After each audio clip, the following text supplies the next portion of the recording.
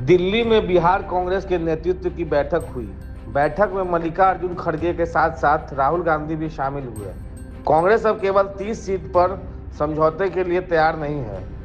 राहुल गांधी ने बिहार कांग्रेस नेतृत्व को चुनाव जीतने का मंत्र दिया। सबसे पहले मंत्र यह है कि कमजोर सीटों पर कांग्रेस समझौता नहीं करेगी। राहुल गांधी ने दूसरा मंत्र यह दिया कि चुनाव के लिए जनता के बीच जाना जरूरी है।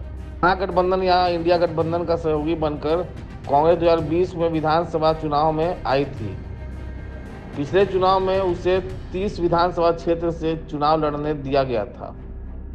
अभी दिल्ली में संपन्न हुए बिहार चुनाव की तैयारी बैठक में प्रदेश अध्यक्ष राजेश कुमार, पूर्व अध्यक्ष अखिलेश सिंह तथा पार्टी के बिहार प्रदेश प्रभारी कृष्णा अल्लावरू शामिल हुए।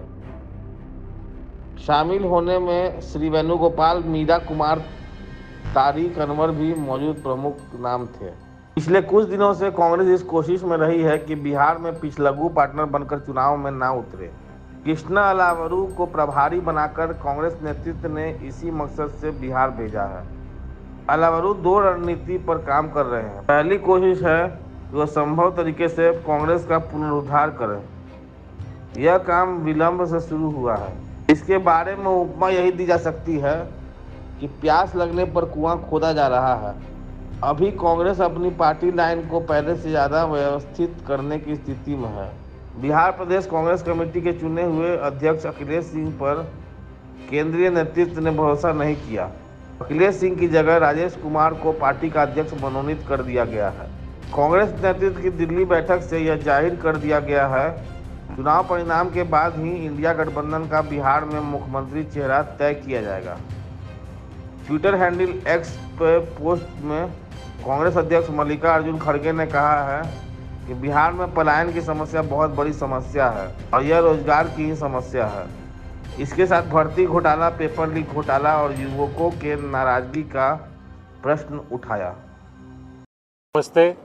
आज कांग्रेस प्रेसिडेंट खड़गे जी, राहुल जी के साथ सारे बिहार कांग्रेस के सीनियर लीडर्स की मीटिंग हुई।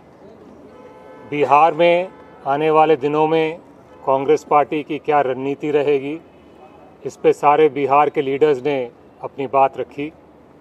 उसके बाद सर्वसम्मति से कांग्रेस पार्टी का आने वाले बिहार में रणनीति तय हुआ और हम सब मिलजुल कर इकट्ठा होकर बिहार में बीजेपी और उनकी जो साथी दल हैं उनके सामने करेंगे।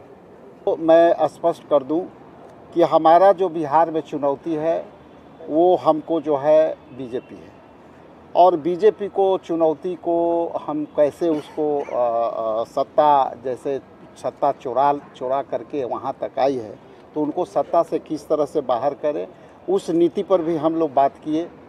और आगे के रणनीति में हमारा 3 पहलू था कि ऑर्गेनाइजेशन हमारा जो है सशक्त होने जा रहा है, उस पर सभी के विचार आ गए।